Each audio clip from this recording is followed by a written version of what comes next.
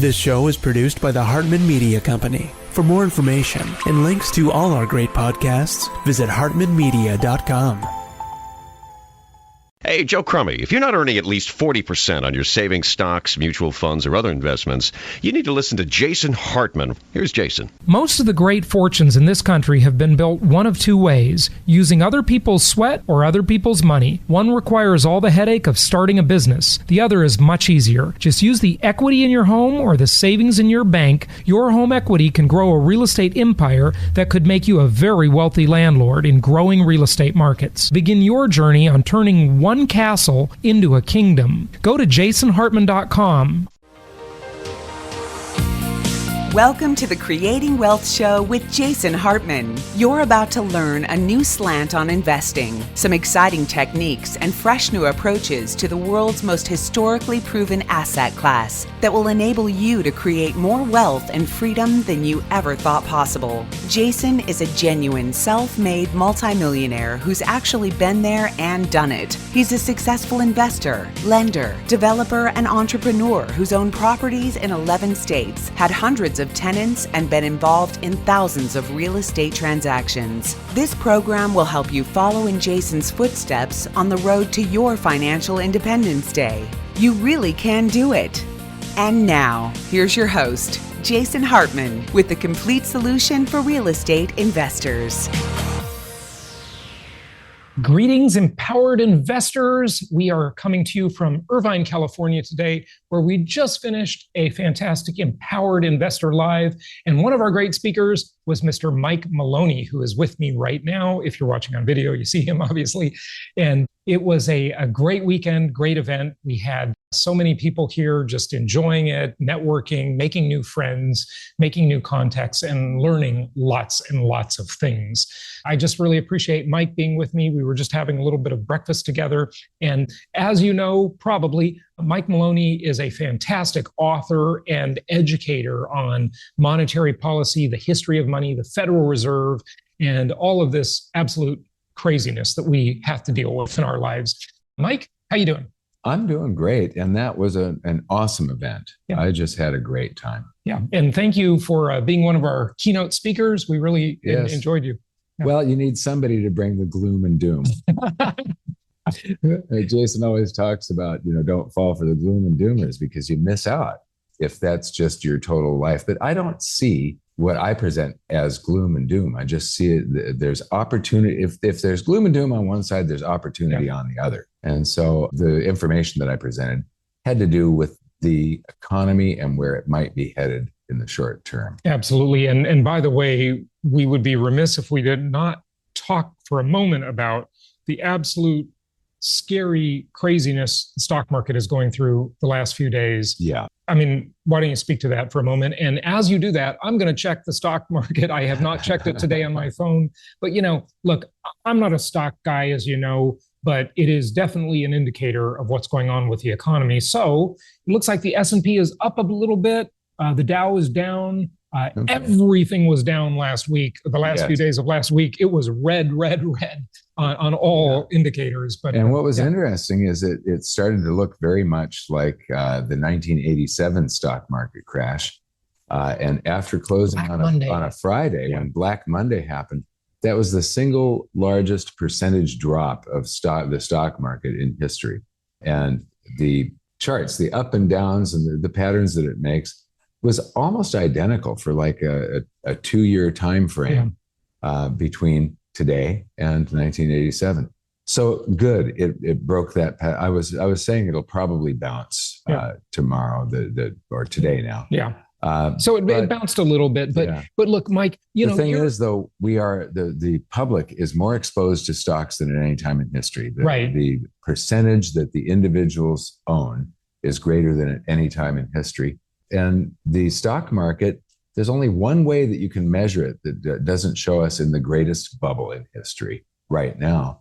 And that's PE ratios. And that shows us as being in the third greatest bubble. Mm-hmm. So, PE ratios are pretty high, but you're saying they've been worse before, or higher, or more out of whack, I should say, before, right? Yeah. The NASDAQ bubble in particular. Yeah, good stuff. So What do you think this is showing us in terms of all the craziness that's going on with the stock market for the overall economy? And what are your predictions on the stock market? And I should say, the few of you who don't know Mike Maloney and his legendary work, he's a sound money guy. He runs goldsilver.com and he likes hard, sound money. You don't like the financialization of the economy, the fiat money situation we're in. The way our monetary system works is currency creation is now based on theft and fraud and enslavement. Years ago, we had a gold standard.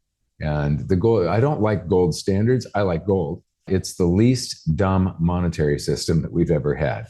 But the modern monetary system, when we were under gold, to create a gold coin and save it up to buy a house, it took a certain amount of work. You had to prospect for a mine and then turn that claim into a mine and then dig up 30 tons of dirt on the average to get 1 ounce of gold. 30 tons of ore, there's about 1 ounce of gold in it. That's a lot of energy and a lot of work exactly. to get to that gold. And then you have to refine it and pour it into a bar, and then the bars get melted down and minted into coins. Now, that creates the currency, and there's a certain amount of work in that currency. If you then work to save up to buy a house, you've got this stack of coins, and the work that you've got to put in pretty much equals the work that it took to make those coins. Mm-hmm. And then you're going to buy a house, and the chopping down of the trees and the digging up the cement. That's all energy. And paying all the guys to hammer that thing together. These three different things, it was a fair trade each way. The amount of energy required to have that purchasing power, that stack of coins equaled the amount of energy that went into building the house. Today, the way the monetary system works, most people don't know that about 92% of the currency supply is bank credit. If you've got something digital, if it's in your bank and it says you've got a certain amount of dollars, the bank created those, not the Federal Reserve. The Federal Reserve only creates bank reserves, which we never get to touch. That's a separate monetary system. And they create the paper notes, the Federal Reserve notes in your wallet. And so otherwise known as dollars, the Federal Reserve notes. Right. And so the way that currency is created now is you go out and you find a house you want to buy, and it's $1.2 million. Go to the bank and you say, I found this house. And it's $1.2 million. I need to borrow $1 million. And the bank looks at you and they say, well, you've always paid your loans in the past. And they look at the collateral and go, yes, you've got the right loan to value ratio here. And so, yes, we will loan you $1 million. And they type new dollars that did not exist before, that there is no work put into to create into existence. They credit your checking account with them. And when you pay the seller, those new dollars that are empty, basically, have no real purchasing power. It's like counterfeiting. It steals purchasing power from all of the rest of the currency that's out there in circulation through inflation. A couple things I want to just point out here. Number one, the rabbit hole of understanding how money is lent into existence is really interesting, and everybody needs to understand. It's hard to get your head around it. It's such a crazy system, but money is lent into existence through fractional reserve lending or fractional reserve banking. I guess you could call it either one. Now, when we talk about how that causes inflation is you create new currency units, limited supply of goods and services, more currency units chasing those. And, as I always say, and I said yesterday from the stage at Empowered Investor Live here, is that there are two primary value drivers for everything. And I don't know if you agree with this or not. I'd like to, challenge me on it if you don't agree. But the two primary value drivers are scarcity and utility. That's what makes anything valuable, right? Is how scarce is it and how useful is it? Money is not scarce, or currency. We should distinguish that, right? Money, things with intrinsic value, whether they be precious metals or building materials, those have intrinsic value because they are used by every human on earth. We all need food, clothing, and shelter. They have intrinsic value. It doesn't matter what currency you're trading them in. They're valuable because they exist. And so scarcity and utility. So maybe you can kind of speak to a couple of those things for a second. Sure, I will. But I do want to mention my last book, Great Gold and Silver Rush of the 21st Century, deals a lot with this. And there are a couple of free chapters The chapters 3 and 4 are online. They're available for you right now for free, and you can download them, send them to anybody you want. I just want as many people to see. Where do they go to get that? That would be ggsr21.com. So it stands for Great Gold and Silver Rush of the 21st Century, ggsr21.com. So that's for the free chapters. Yeah, chapter 3 is it's a primer on how to read charts. And anybody that's got a chart in an article, you really got to look at that chart, because typically they'll do something to manipulate it and put a spin on it to try and prove their point. But you are being manipulated if you don't know how to read them, if you're fooled by them. And well, what chart are you referring to? Any chart? Any chart that somebody makes, there's like, if you change the scale on the side, instead of starting at 0 to 100, it goes from 90 to 100. Yeah. It can make a little tiny correction that you can barely see on the chart actually look huge. Right. Yeah. And if you put 2 scales on the chart, you've got 2 lines on the chart. If those scales aren't, if they're different, again, they're lying to you. Yeah. And it's entertaining. It's a fun chapter. Then the hardest chapter is the one on how currency is created. And that's what we were just talking about. And it is a deep dive into the Federal Reserve. And I take apart parts of the Federal Reserve Act, and I'll quote this whole page of Federal, and then I'll just highlight some words in red. And you read the red words and you can understand what they're actually saying in this thing. And our modern monetary system is actually quite evil. It is based on fraud, theft, and enslavement. Yeah. When they type currency into existence that did not exist, and by the way, and you said type currency into existence. That was interesting. Yeah. Yeah. We're typing it rather than mining it. Exactly. Yeah. You said that it's loaned into existence. And the Bank of England finally confirmed this several years ago when they said, the old fractional reserve model that was taught in schools that I learned when reading Milton Friedman and great economists is, you deposit $100, the bank keeps 10 on hand in case you want some of it and loans the other 90 out. That's not true. They cannot loan a liability, and to the bank, your deposits are a liability. Oh, interesting. That's interesting. So the Bank of England said, no.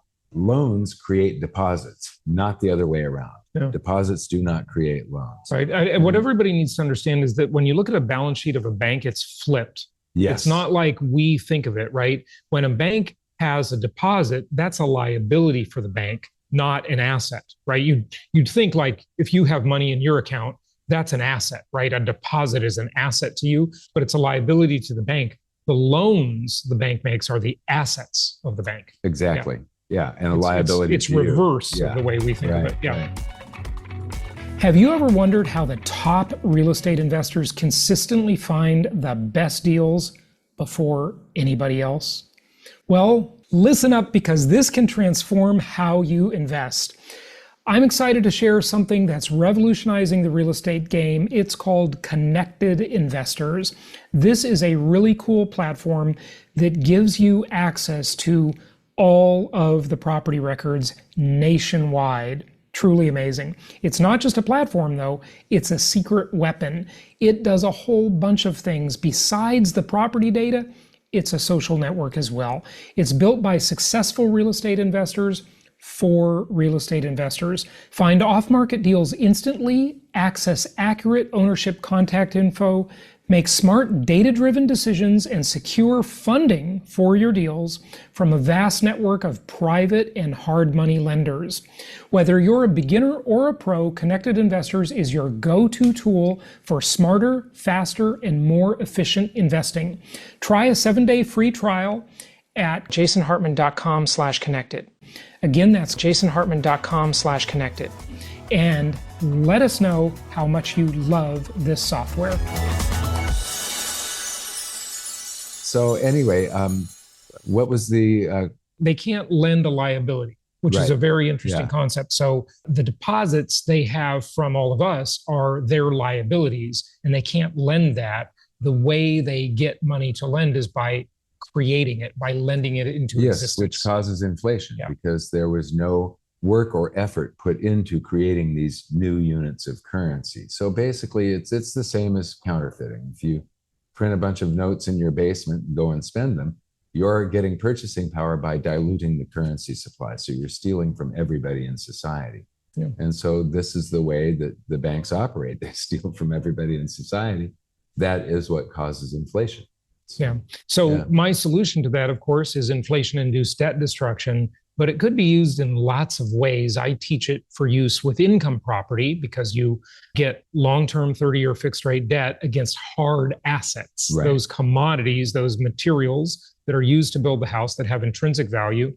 Your way is own hard assets and that require a really, and I'll borrow a phrase from the cryptocurrency world, the Bitcoin world especially, but proof of work, right? There's work that goes on to create these assets like gold, silver, construction materials. Now is the time to be in real assets. If you're in the stock market, I would really do some research on this and consider changing that purchasing power into something like real estate or precious metals or something that's real. Something real. That is the key point. Mike, you mentioned a few times the modern monetary system and how it's evil and corrupt, and you're certainly right about that. But you made me think of modern monetary theory, MMT. And now this we've talked about on the show before. We've interviewed some experts on MMT. And, ultimately, I think it's a fantasy. But it is pretty darn ingenious the way that circular system works. The Federal Reserve is created. Almost immediately after that, the IRS is created to, I believe, the modern monetary theory people are actually right about some things. They had to create demand for the fake dollars, right? For the fiat money. And the way they create that demand is by putting people into debt, because you have to pay the debts back in the same currency units, and taxing people and requiring that the tax be paid only in the currency units. Right. It's pretty ingenious. You got to give them some credit, right? Yeah. It's they've got you on this treadmill, right? And you can't get off. So But your thoughts on modern monetary theory, like in general, if you're looking at it from a distance, it seems like, well, this might be able to work. It's this circular system, units for people, and then if there's too much currency in the supply and there's inflation, you can just increase taxes and suck up the excess. It's still an evil wealth transfer. The taxes aren't going to be increased evenly. It's not everybody that's going, the people that are on assistance are going to be getting something for nothing. And that purchasing power, that economic energy, I call it, has to come from somewhere. So it's coming from people that produce more than they consume, that actually are responsible for the prosperity in society. And the more that we take from them, the less they're able to create jobs and so on. I used to live in California, and it took years to become successful. I became very successful, and right away my taxes were up at 52% because I wasn't combined state and federal taxes. I wasn't doing real estate where you've got all the tax benefits. I was doing business. So I left California, but I had created jobs, created hundreds of jobs in my life. Me too. Other people don't create jobs. And when you create jobs, it lifts all of society up.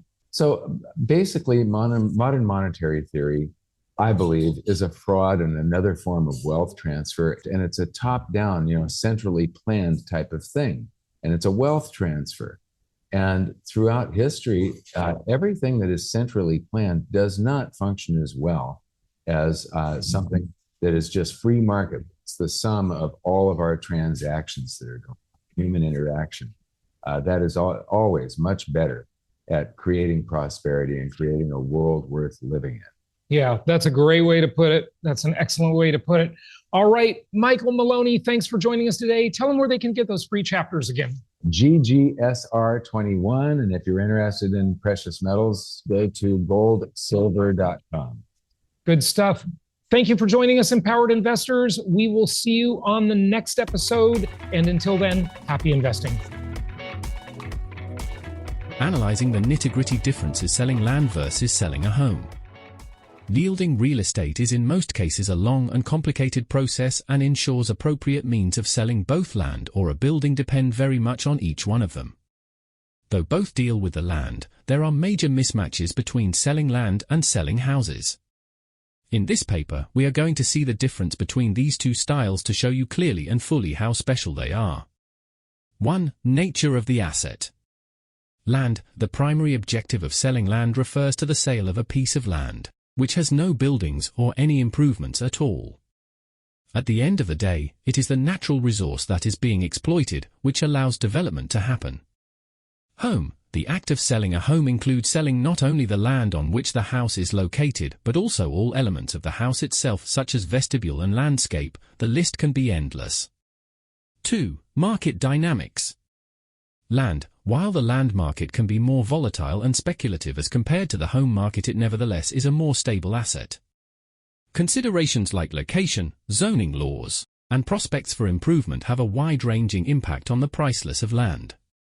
Home. The nature of the market of houses tends to be more stable, and home prices are a derivative of the features of a particular area, such as location, size, condition, and amenities.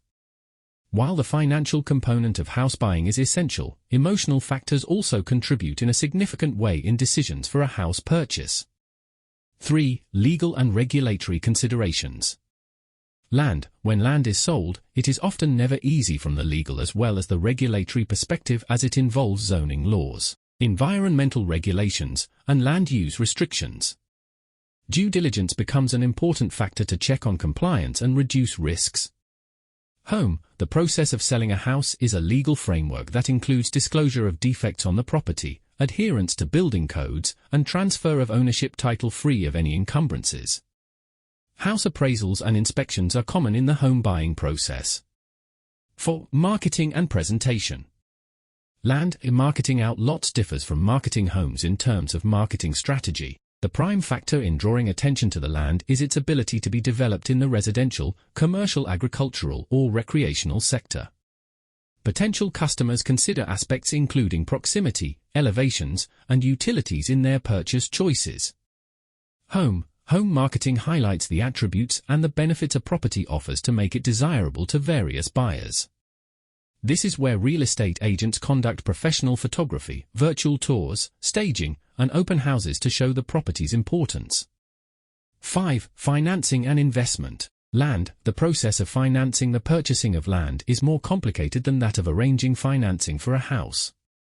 Lending may be viewed as more risky because the land is not as profitable in terms of an investment and it has speculative property.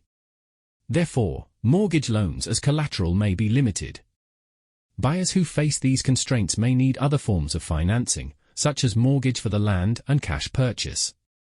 Home financing options have become more diverse and more accessible, with many mortgage products that best fit different financial situations. Mortgage lenders treat a home as a safer piece of property that can be used to support borrowers who are striving to become homeowners.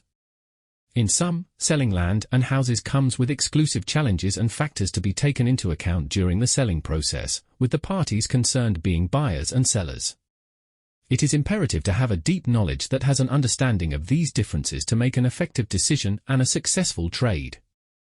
But there are always two sides to the coin. Selling or buying lands are not exceptions at all. Whether selling land or selling a home, the following should be taken into consideration: researching, planning, and getting professional expertise are the key success factors to maximize the value and minimize the risks. Thank you so much for listening. Please be sure to subscribe so that you don't miss any episodes. Be sure to check out the show's specific website and our general website, hartmanmedia.com, for appropriate disclaimers and terms of service. Remember that guest opinions are their own, and if you require specific legal or tax advice or advice in any other specialized area, please consult an appropriate professional. And we also very much appreciate you reviewing the show. Please go to iTunes or Stitcher Radio or whatever platform you're using and write a review for the show. We would very much appreciate that. And be sure to make it official and subscribe so you do not miss any episodes. We look forward to seeing you on the next episode.